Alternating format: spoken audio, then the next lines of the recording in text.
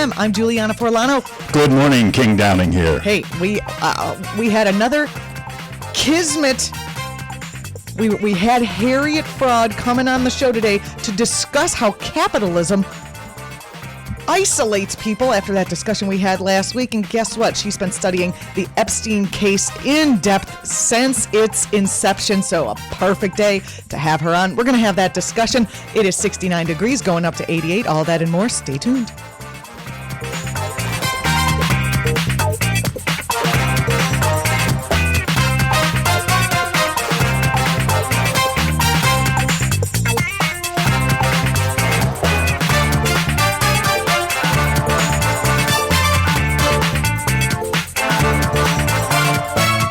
Welcome, everyone. Welcome to the program. Welcome, King. Good morning. Good morning. How was your weekend? So nice to be back. It's great to be back. My It's strange. weekend was good. I went to the Museum of Natural History yesterday with my little one, and we went to this show. Good, they have those.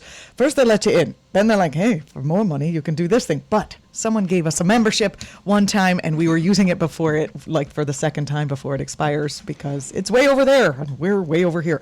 Anyway, they had this wonderful under the sea. What's Happening in Our Seas 3D movie, which was amazing, I have to say. But half of that museum is brought to you by the Koch brothers.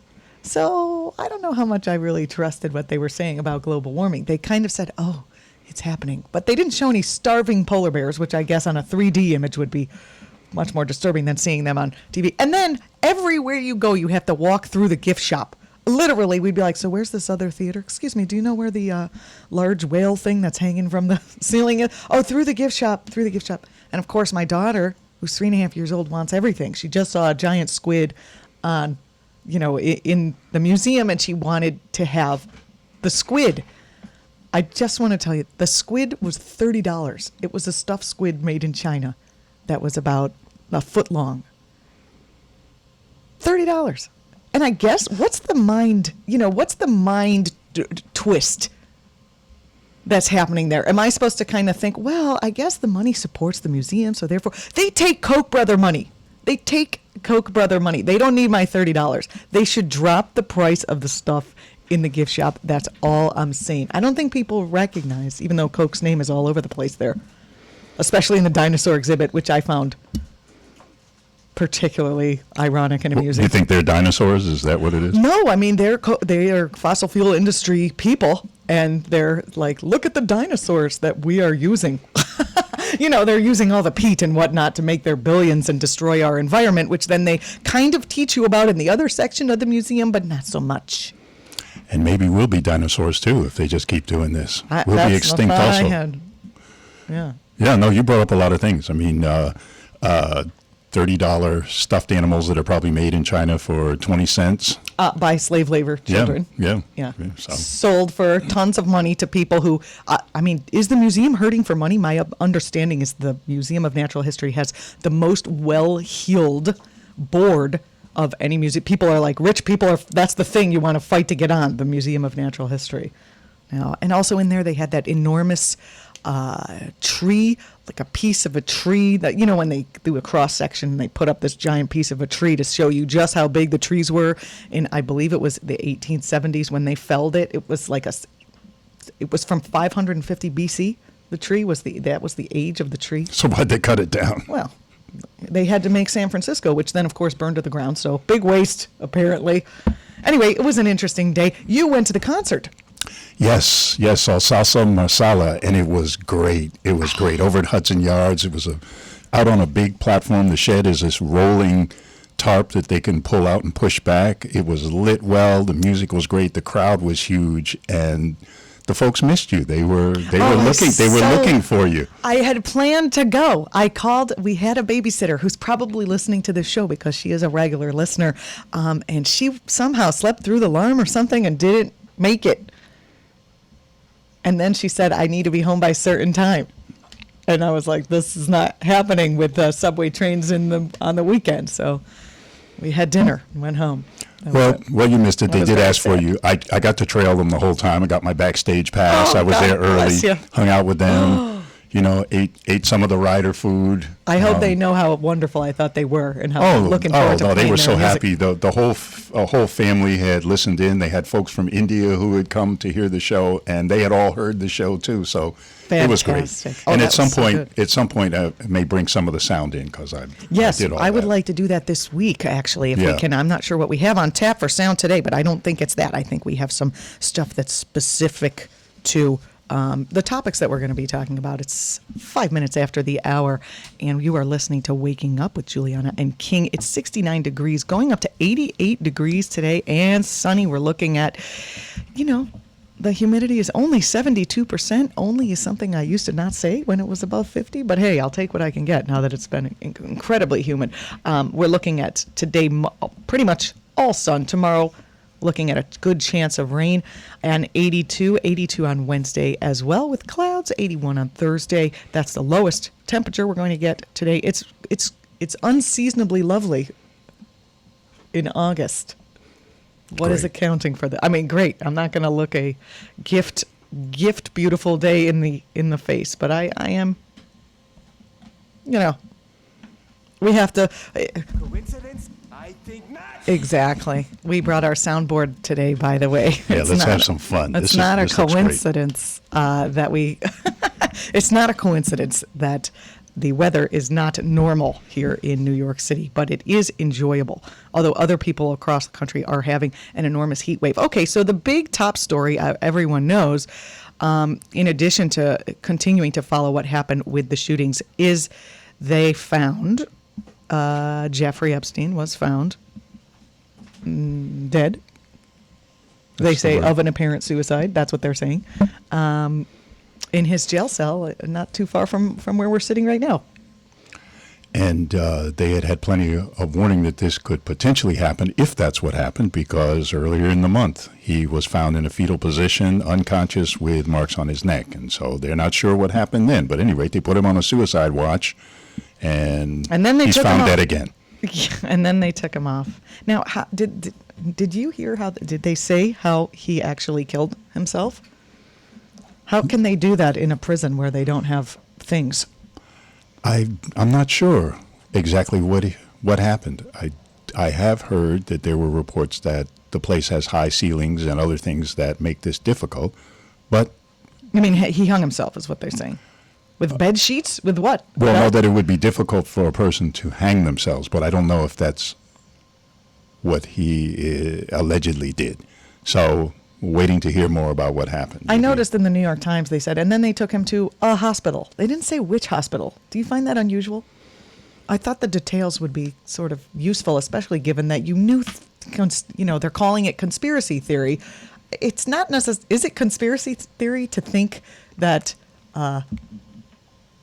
there was potential foul play here, given the amount of very high-profile people that Jeffrey Epstein was connected to? Well, look at some of the names that have already come out. Former Governor Richardson, U.S. Senator. So stories have been floating around from somewhat reliable intelligence sources that were saying that there was going to be a big child abuse scandal that was going to break. And I'm wondering if this is the one. I'm still going back to those sources to confirm that. But if he didn't have his own reasons to take his life, there were a whole lot of other people who might have had reasons to take it too. So, well, in case you hadn't heard, Epstein was facing a maximum of 45 years in prison after being charged with one count, only one, of sex trafficking of minors and one count of conspiracy to engage in sex trafficking of minors. He had pleaded not guilty. The financier was accused of paying dozens of underage girls to give him nude, quote, massages, in which he then sexually abused them in the early 2000s. He then allegedly paid some of his victims to recruit other girls to be abused. Now, some of the women who are victims who are coming out and becoming part of a lawsuit. One of them, Jennifer Aroez, I hope I am pronouncing that name properly, said that Epstein raped her when she was 15 years old. She told NBC News that she is angry that Epstein won't have to face his survivors of abuse in court. Epstein is gone. This is her quote, but justice must still be served. She said, I hope the authorities will pursue and prosecute his accomplices and enablers to ensure redress for his victims. This is we have Harriet. I mean, I feel like I'm excited just to get to Harriet because we have Harriet coming on the show. Harriet Fraad, you all know her if you listen to the program here.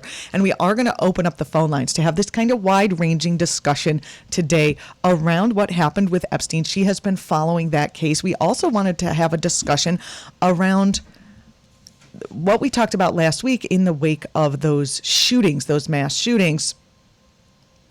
The El Paso killers screed, or what are they calling it these days? The manifesto that he posted on 8chan. It didn't say I really hate Latinos. We talked about that. You're hearing in mainstream media reports that he's saying that he hates Latinos.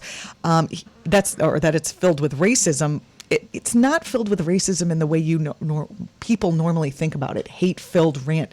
But it is filled, according to the New York Times, and according to us, which I read it, so it's filled according to facts, with diatribes against capitalism and corporatism and what's happening to our world, what's happening to our environment. But of course, he is echoing the words of conservative media stars. There's a huge overlap in the language used by right-wing media personalities and the words of the El Paso gunman. This was a review by the Times of those words found, and one extremist term for immigration, like invasion and replacement, have become familiar to fans of, say, Tucker Carlson and Rush Limbaugh. I'm assuming none of you out there, unless you are, our favorite trolls who call in with your right-wing talking points. You're listening to Waking Up. I'm Julianna Forlano here in the studio with King Downing on this 69-degree day, going up to 88. We're going to take our musical break, and we'll be back with Harriet.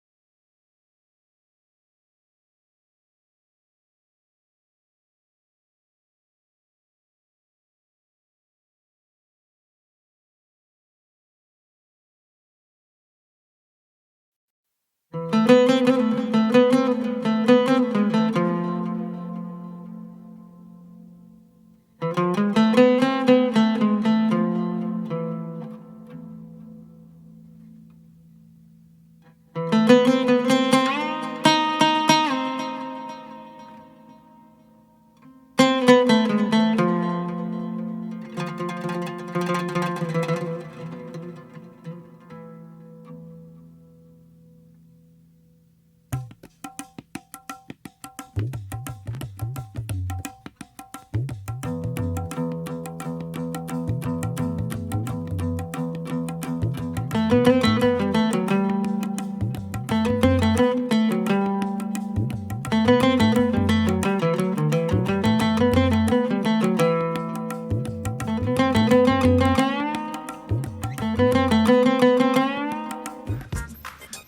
right, that was our beautiful girl, Christina Aguilera, with Can't Hold Us Down. Over the weekend, accused sex trafficker Jeffrey Epstein took his own life in his jail cell, as you've heard, both here on this show and everywhere else. He would soon stand trial for sexually abusing underage girls and using them to recruit other young women for Epstein to abuse. Not only Epstein, though, a lot of high-profile individuals, including our president, including our former president, etc. What does his death mean for the dozens of women who are waiting for justice? What can we learn from the heinous ways these women were taken advantage of?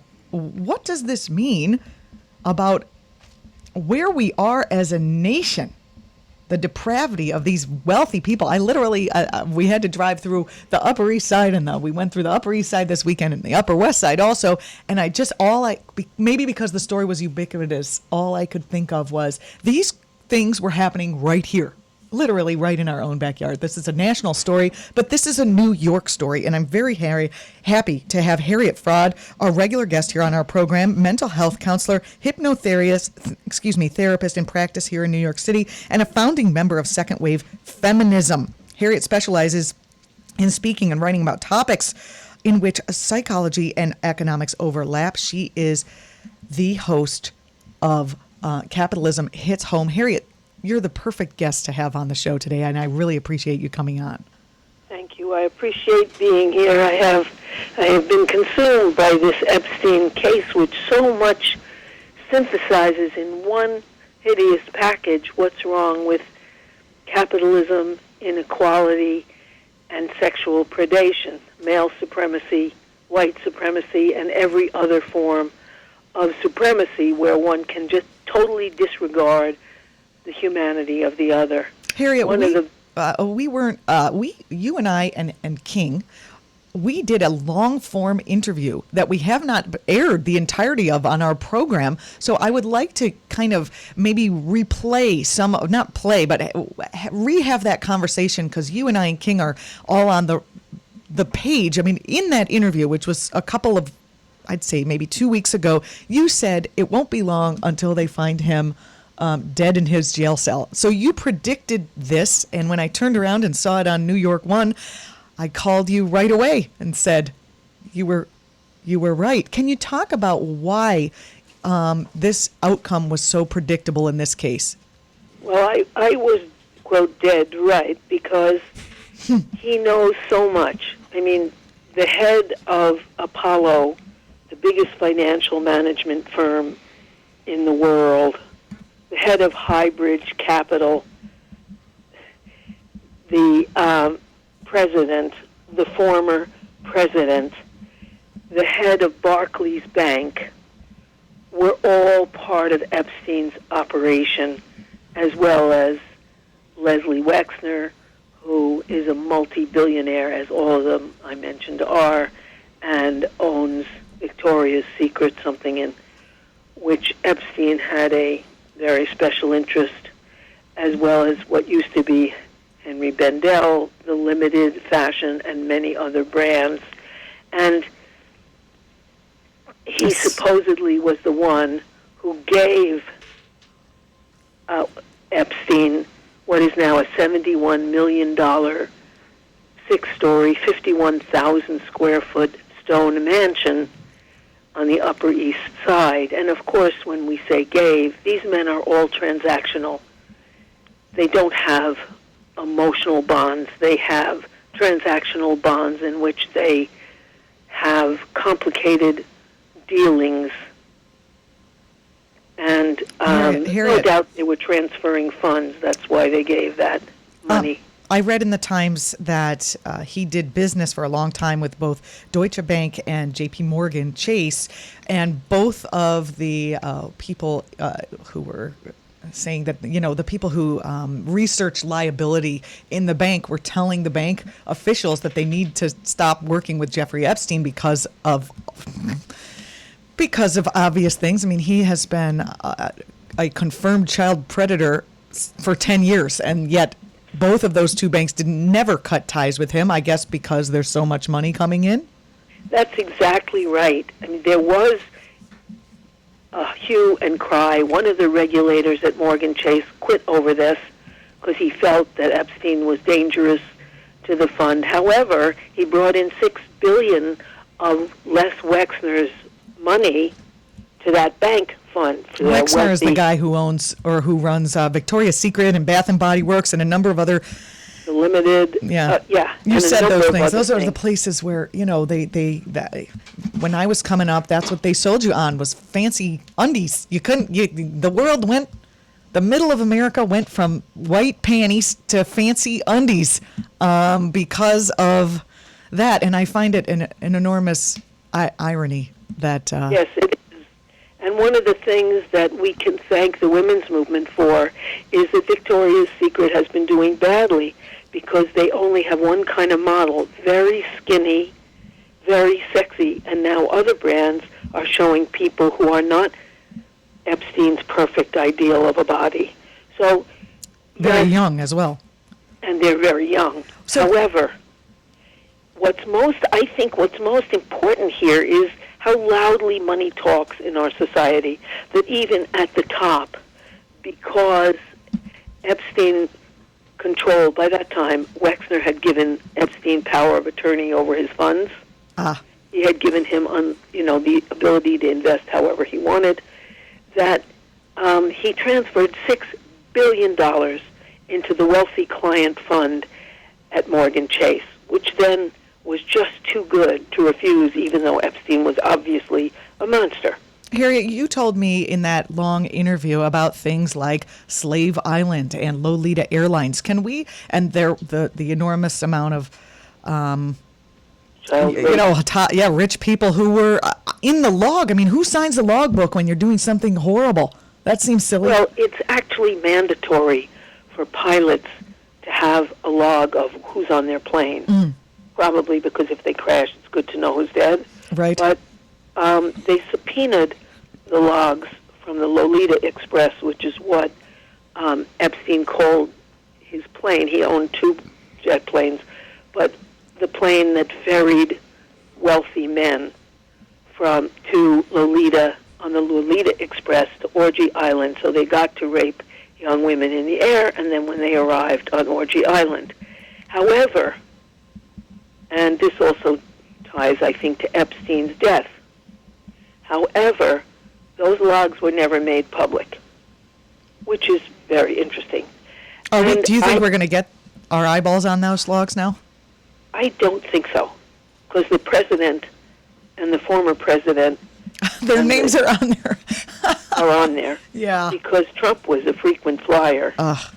And so was Clinton, although Clinton says he only went 4 times and he went for charity. Yeah, right. I believe it was BuzzFeed News who interviewed the doorman at the place next door. Did you see this one? Yes, I did. Where he noticed he had to give actually the doorman and one of the people at one of the many estates of Epstein where he raped and molested girls. His job was to be what he called the ATM. He doled out hundreds of dollars to the various girls. And the reason I think that there have been all sorts of varied reports about Epstein's death. On the one hand, he was taken off suicide watch even though 6 days before he had tried to commit suicide. Very interesting. He was in a maximum security cell and yet managed to get in there and be unobserved and supposedly hang himself. But now some people are saying that they're worried it wasn't a suicide, that it was a hanging, that it was something else, because the circumstances of his death are questionable, shall we say. Yeah, somebody gets into a maximum security cell, or this fellow is able to hang himself in his cell. I don't think so. Now However, it's a day after the documents were released. And that's a different trove of documents from the flight logs, and that was a document. Those are documents that they got when they opened his house with a crowbar. Do we know what's in there got other than black the book. other than the trove of naked pictures of young women? There are children? other records, which is how they found out about some other wealthy men who were involved. They also got a black book where he had names. Now, just because he has their name, it doesn't mean that they raped young girls, but that those were people with whom Epstein wanted contact. And the way he operated was he posed as a great lover of science. He might have been interested in science, actually, but he gave vast amounts of Perhaps money he after was he on got the out of jail. perhaps he was on the board at the museum. We were just talking about the Museum of, I don't know about this. This is speculation, of natural history, and how that is now a magnet for very wealthy donors. Yes. Everybody wants in on that board. Well, I don't hear you anymore. Oh, sorry. Are you still there? Everybody wants is where I heard you last. Oh, everyone wants in on that board at the Museum of Natural History. Yes. Yeah. They already got the man Sackler from the OxyContin company off. But They have a he long gives vast way to amounts of go for that. Yeah. So are there, you've been following this closely, are there names that have come out in one way or another where people who are well known are actually accused of engagement with underage women and girls? Not really. Only Alan Dershowitz of Harvard, who said that he got massages and always kept his underpants on. Yeah, so he didn't inhale. Is what? But then it's they- just like Clinton saying. But then the civil suit also mentioned former Government Richardson. Are there other people Yes. who have been accused whose names you could tell us now, just in case we don't have the full list? We don't have the full list, and there's two government officials that were formally accused, but none of the very wealthy men, and Dershowitz, but none of the very wealthy men have yet been accused. And that is what's interesting here, that these billionaires who flew on the plane and whose names have to be on the flight log are usually not released. A few of his contacts are released. Under not what law flight can they log. say we're not releasing these? Do we not have laws? I mean, We have some laws, but we also have a media that's bought. I mean, one of the things that Epstein did when he got out of his sweetheart jail sentence for abusing 36 girls, he got 18 months commuted to 13 months, and they allowed him out 12 hours a day, 6 days a week to attend to his business. And part of his business was raping girls, but to which he attended. However, when he got out, he spent an enormous amount of money publicizing himself as a science lover and giving large grants to different science foundations, including Harvard, MIT, and very famous scientists who he convened at his mansions to discuss science. Now, as he convened them, he was also fondling 5 or 6 girls at a time, but none of these men thought fit, as they got their grants, to bring that up publicly. the shock for me is how many people, just literally how many people were involved and who knew and who just treated this casually and who spoke highly of Jeffrey Epstein. The arrest of him on the federal sex trafficking charges got attention back on that lenient plea bargain that state and federal prosecutors reached with him in Florida over that decision more than a decade ago. Right here, the district attorney in Manhattan, Cy Vance, is under scrutiny too, because if you hadn't heard, Cy Vance decided that, oh God, Right. yeah, he argued in court that Epstein should not be registered as a top-level sex offender in New York. He wanted to give him like a low-level sex offense status. Right. He in New only York. got sex offender status in Florida. And so there wasn't the publicity that might have intimidated some very wealthy people from trying to have Epstein, who was a talented investor and tax evader, who might have had him supervise their money. you have that much money, you can buy things. He bought several reporters, including someone called Alan Love, to write articles about his marvelous benefactor status. After 2008, he made a big investment in publicizing himself as a friend of science and evading sex offender publicity. We're speaking with Harriet Fraad. She is a regular guest here on our program, psychotherapist, feminist, and the host of Capitalism Hits Home. So now that we've talked about sort of where we are now, after the break, I want to get into how did we get here? What are the systems that allowed this to happen? And we're going to connect that to the manifesto of the El Paso shooter. So much more to get to. We'll also be opening up the phone lines to take your calls and comments. Our phone line is 212-209-2877. We have Harriet has graciously offered to stay on through the break and for a longer segment than we're usually able to have her. So I thank you, Harriet, for being with us and for staying with us. You're listening to Waking Up with Julianna and King. It is 69 degrees going up to 88, a sunny day. The warmest day of the week. The rest of the week is going to be around low 80s for August. Are we feeling those September feelings already? Loving it. I'm saying. Stay tuned. We'll be right back.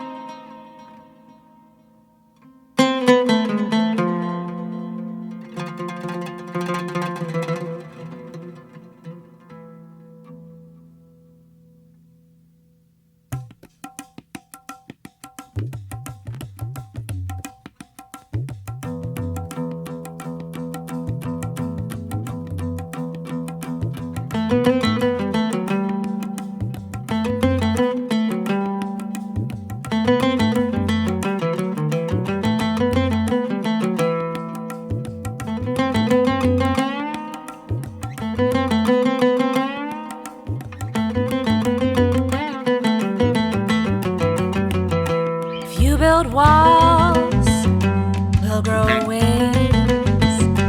You can keep us down. Love it. Love it. Thank you, Ilana. I hope, yeah. I hopefully this is not just going to be the way it is. We've been talking with Harriet Fraad about Epstein, The whole case, not just the suicide. What is it, Harriet, what is it about our culture that leads to such rampant abuse and violence against women? Well, part of it is these men are capitalist titans.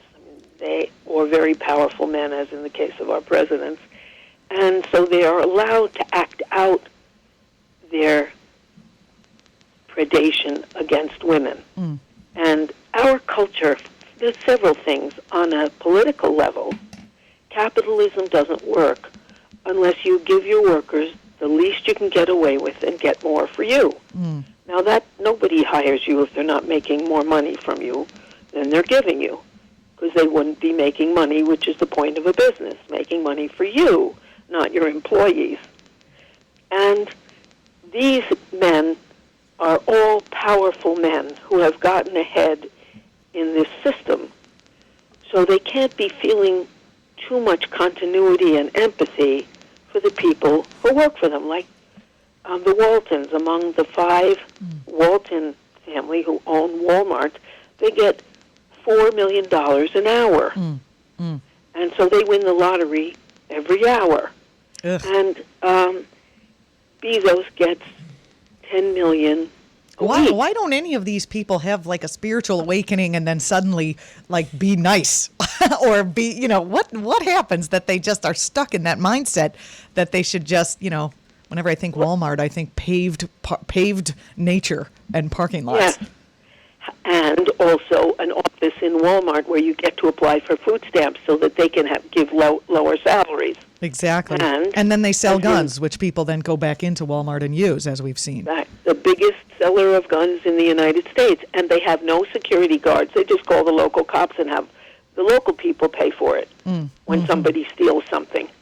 Let's go back to talking about something that you said, predation against women. And I do see that we have a lot of callers on the line, so hold on and we will get to your calls. Sure. 209-2877.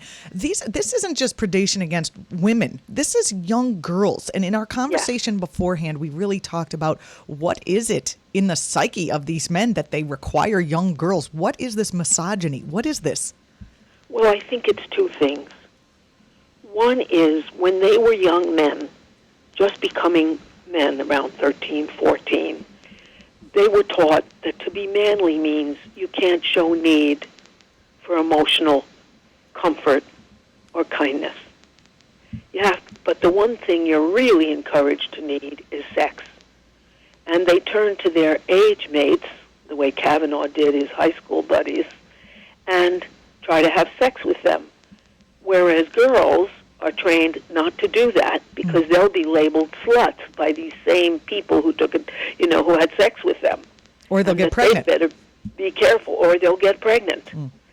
And so these boys were frustrated in their needs, and they put a lot of, someone like Epstein puts his neediness for everything. He had to have 3 orgasms a day, according to him. He put all of his emotional neediness, his needs for kindness, his needs for connection, onto sex, and went back to his earlier life. And because he had the money, he could afford it. And because he had connections with wealthy men, he could give them that special extra of raping young girls as a perk to connecting with him. I spoke to some people who I'll keep anonymous because I didn't ask their permission, and they were men, and they're like, I just don't understand. Don't they have children? Don't they have daughters? Don't they have anyone in their life what is it? It's just absolutely disgusting. Well, they may, but one of the men in an interview referred to the girls as sexual snacks. Ugh. They don't see them as people. They don't have that continuity between themselves and other people. Now, that is a problem for a lot of men, because growing up to be a man means often that you have to cut off your feelings of compassion and kindness, need for hugs, need for nurturance, need for closeness. Whereas girls can, put their arm around each other, cry on each other's shoulder. And when my daughter had sleepovers as a little girl, her friend would sleep in her bed, and that was fine. My son had one of his friends sleep over. One of them slept on the floor because they were afraid of being called gay, you know, because that's unmanly to want to hug somebody or sleep next to somebody, you know, even though there was no sexual context. Harriet, you brought up something that segues into the other part of the conversation, the original part of the conversation we were going to have with you before Epstein, quote unquote, suicided. I don't want to say that he did that because it's like Found dead, let's just say. found dead. That's more accurate to the facts before we have a. If no one was there to see it, how do we know? That's the question. Yeah, well, we don't know how he died. We know there was a dead person. Whether there are no cameras in a maximum security? No cameras, nobody's watching. Come on. They're not allowed to have ropes. They wear pants that can't be tied.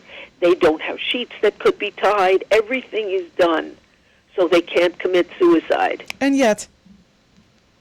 And yet here we are, and he's found dead. Yes, right. My mind is like, I wonder if they had that. Again, we talked about Frankie Pentangeli from the Godfather on the show the other day. If someone came and had that conversation with him, or if it was a killing, how did that?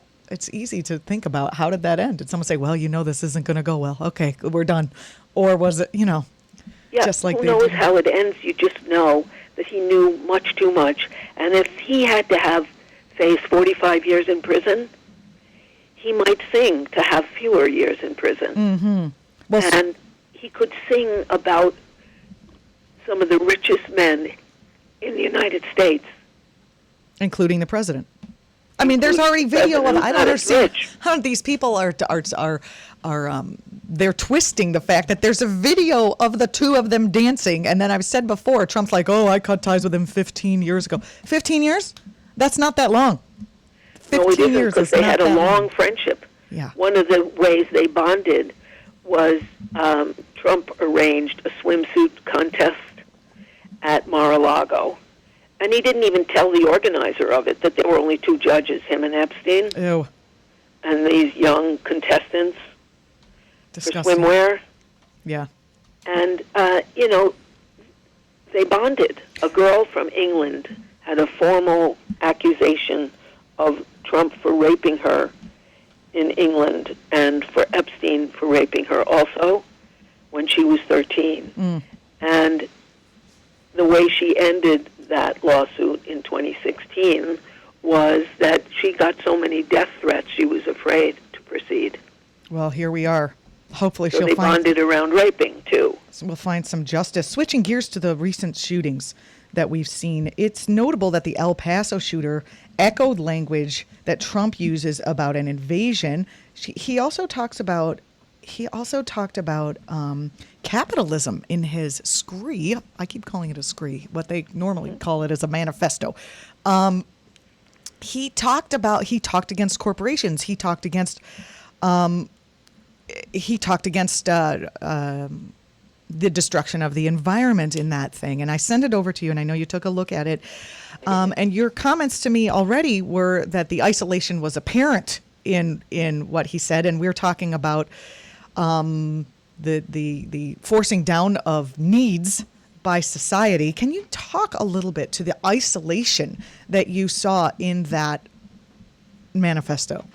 One of the things that he was isolated from was any kind of left analysis of what was wrong. Yeah. He was angry at corporations, but he chained his anger to anti-refugee sentiment. And one of the things that Trump does very well, the way Hitler did really, is that he takes people's anger at the destruction of their environment and their own immiseration. Salaries have not changed for men for the last 40 years in terms of what they could actually buy, and people are more and more desperate. Most people don't have $400 in case of an emergency.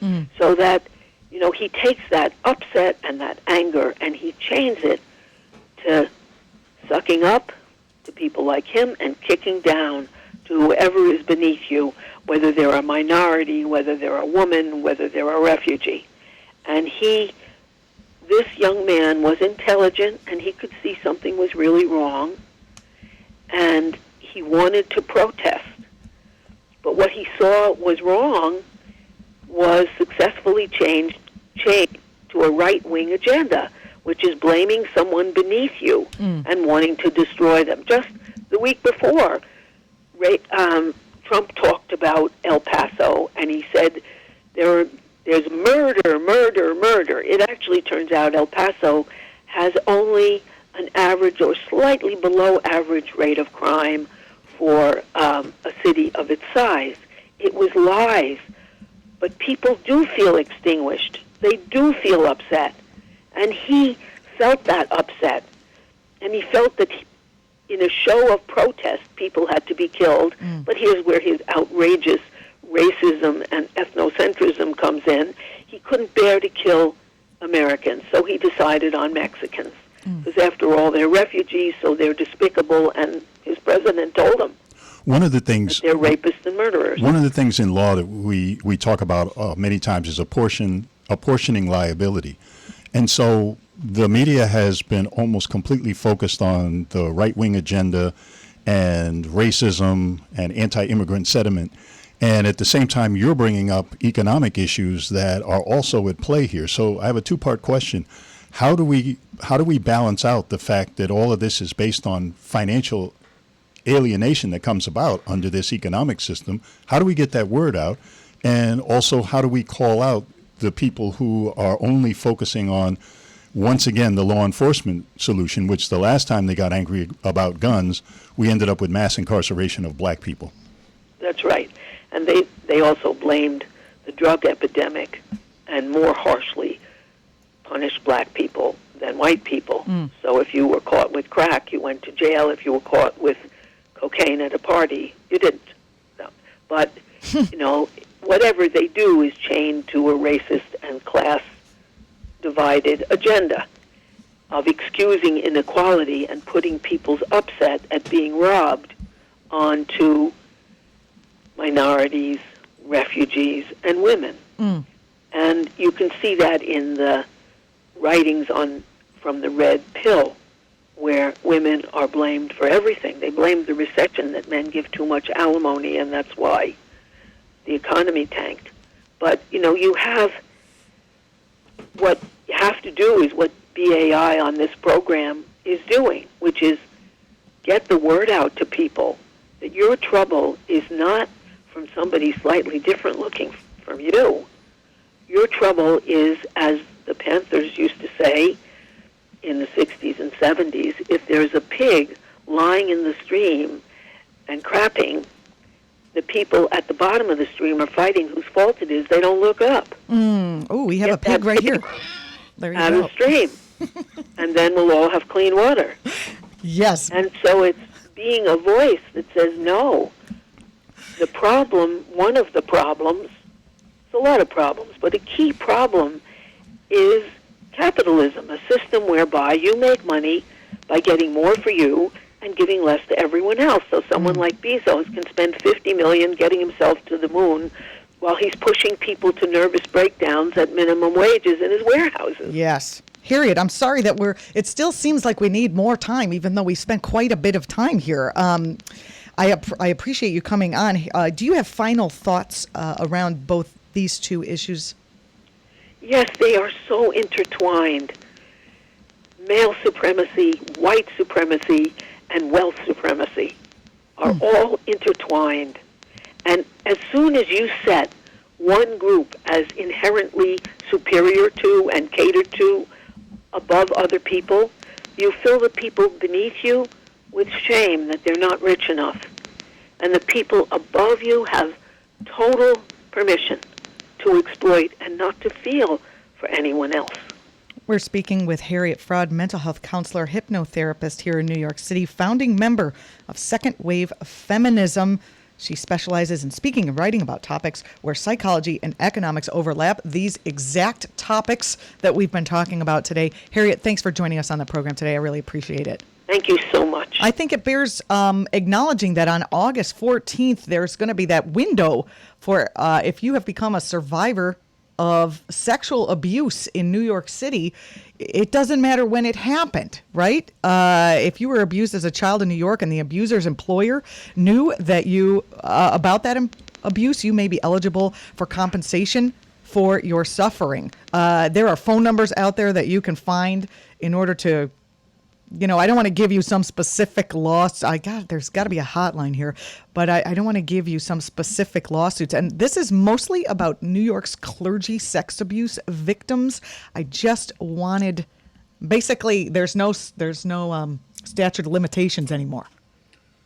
Well, I think they have a year. Well, you got to get in by a year, but even if it happened, 14 years ago, 30 years ago, you're still good.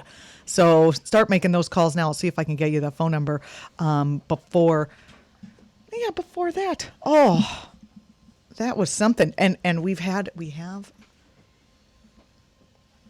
have so many callers on the line that I'm going to get to in just a minute.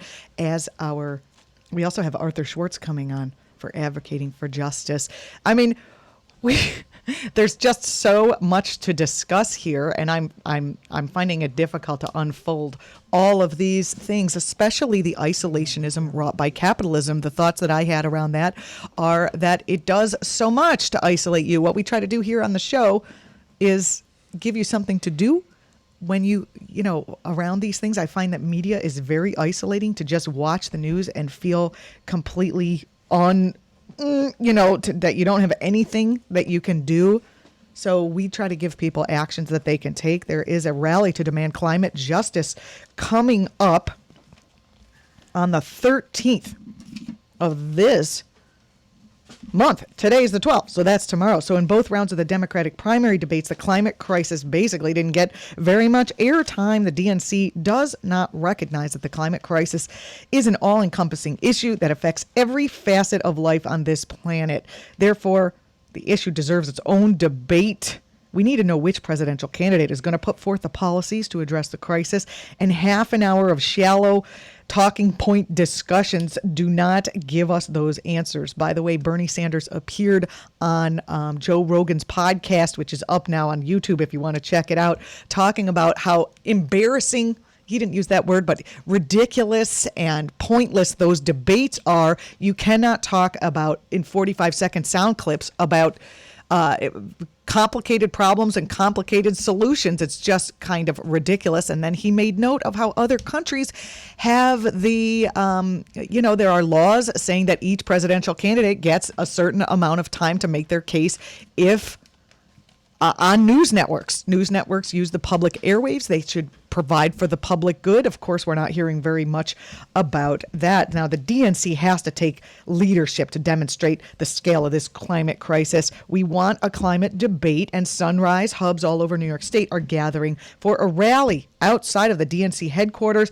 at 420 Lexington Avenue. Did you know that the DNC headquarters is at 420 Lexington Avenue? With your help, they're going to pressure New York's members of the DNC to vote for a climate debate when the DNC gathers in San Francisco, August 22nd to 24.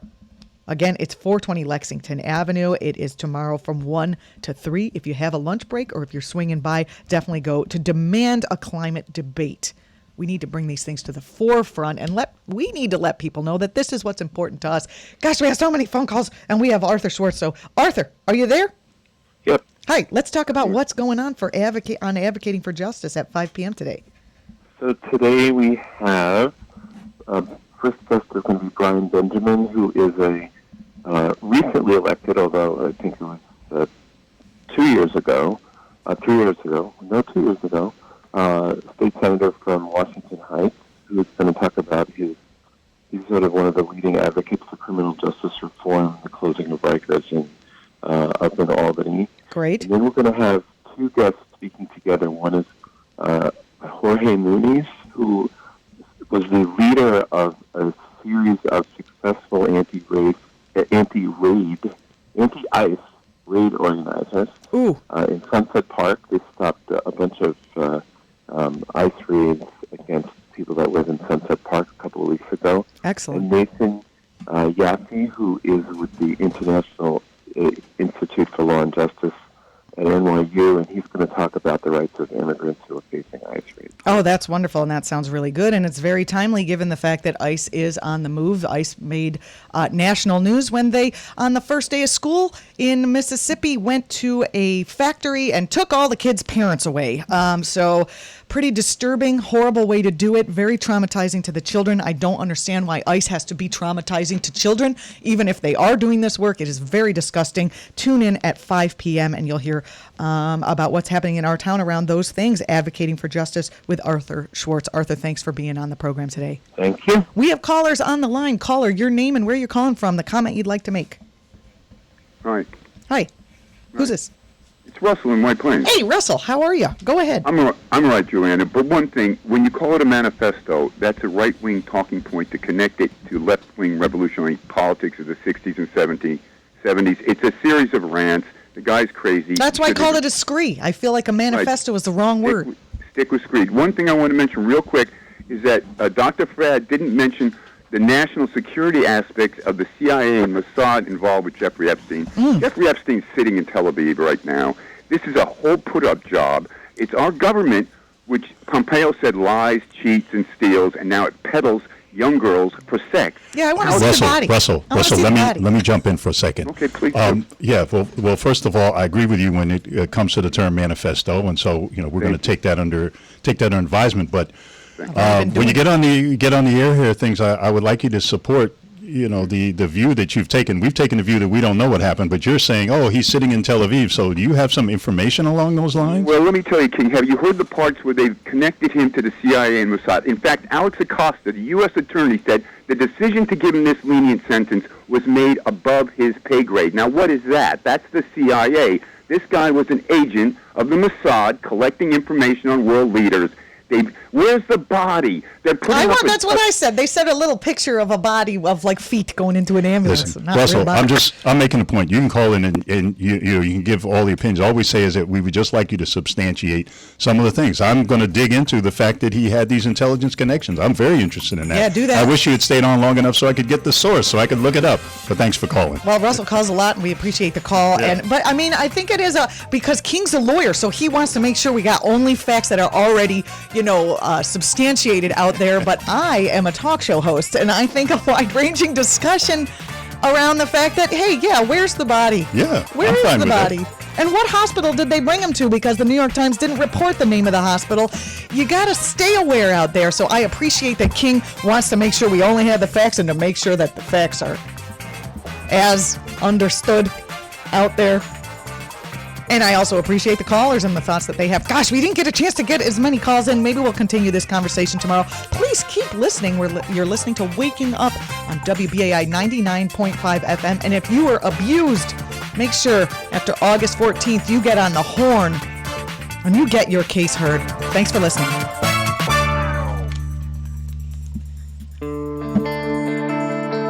Hello, New York. My name is Arthur Schwartz. You may know me as an activist attorney or as a founder of the New York Progressive Action Network.